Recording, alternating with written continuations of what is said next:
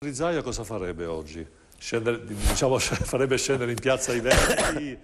Vabbè, lo faccio una domanda apposta perché magari so che lei è nazionalista, populista, quindi apposta le chiedo cosa farebbe.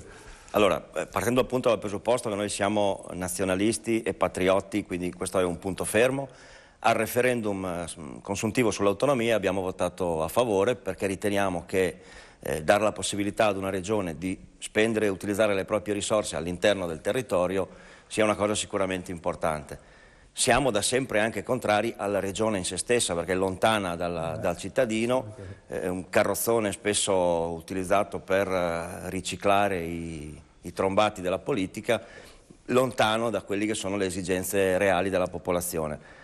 Riuscire ad utilizzare questa autonomia dando maggiori risorse e maggiori poteri ai sindaci che hanno sicuramente il polso della situazione e alle province che oggi non contano più niente, sarebbe secondo noi un buon modo di utilizzare questa autonomia. Ma quindi oggi se lei potesse scegliere, fosse governatore per un giorno, cosa ci dimette? Farei altre cose prima di questa, comunque credo che l'autonomia sarebbe... Ceschini, lei non si vuole... Il problema però... No, scusa, facciamo un po' di... No,